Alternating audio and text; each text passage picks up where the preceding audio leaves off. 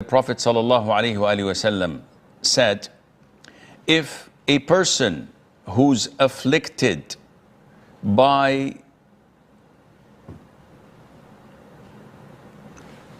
anxiety or sorrow, if he says this dua, Allah will relieve him from his anxiety and sorrow. What is this dua? Listen to it carefully.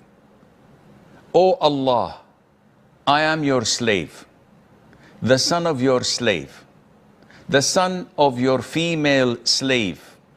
My forelock is in your hand. Your command over me is forever executed, and your decree over me is just. I ask you by every name belonging to you which you named yourself with, or revealed in your book, or you taught to any of your creation, or you have preserved in the knowledge of the unseen with you. I ask you that you make the Quran the life or the spring of my heart, and the light of my breast, and a departure for my sorrow and a release for my anxiety.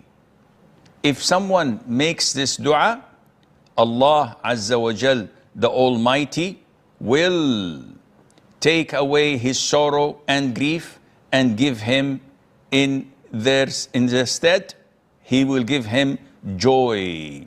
So the companion said, shouldn't we learn it, O Prophet of Allah? And the Prophet of Allah said, sallallahu alaihi wasallam, indeed, everyone who hears these words must learn them.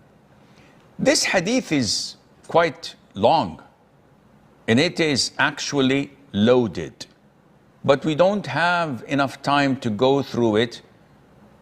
Yet we would like to take what is mostly related to our topic, which is the hearts. So in the beginning, as the hadith says, the Prophet is directing us to say words at times of sorrow or anxiety. So sorrow is a depressing feeling you have over something that took place in the past. Anxiety is a depressing feeling you have over something that you're expecting to happen in the future. And this is what life is all about. Something that was done in the past or something that we're expecting in the future. So whenever you have this and you say this dua, then Allah would grant you these favors. Number one, whatever you have in your heart towards events that took place in the past, Allah will take them away. And whatever you're expecting to happen and you're afraid of, Allah would make you firm. And a third benefit and a blessing is that the Quran and nothing else would become the spring of your heart, the life to your heart. So your heart would be revived by the Quran. So you would never go astray, and you would never be someone of sins. The life of one of us and his death, the happiness and his misery, the health and his calamity, all of those are in Allah's hands, subhanahu azza wa jal. And if you believe that your forelock and the forelock of all humans and creatures in this universe are all in Allah's hands, controlling them as He wishes, subhanahu wa ta'ala. He controls them as He wishes. If you believe in that, and this is what your conviction, then you would never fear anyone, and you would never hope anyone, and you would never place them as if they are owners. You would never have your hopes attached to them.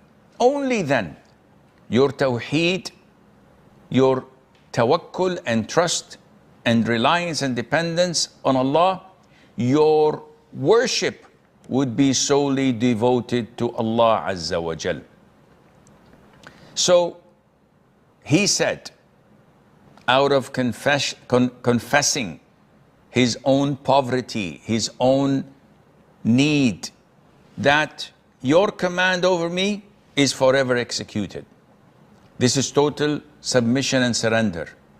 Not only that, when the decree is done, your decree over me is just. Whether my son dies, whether I'm afflicted with a disease, whether poverty strikes, all of this is Allah's divine decree. And I believe it is just. So I will always be content. And this relates to all types of decree.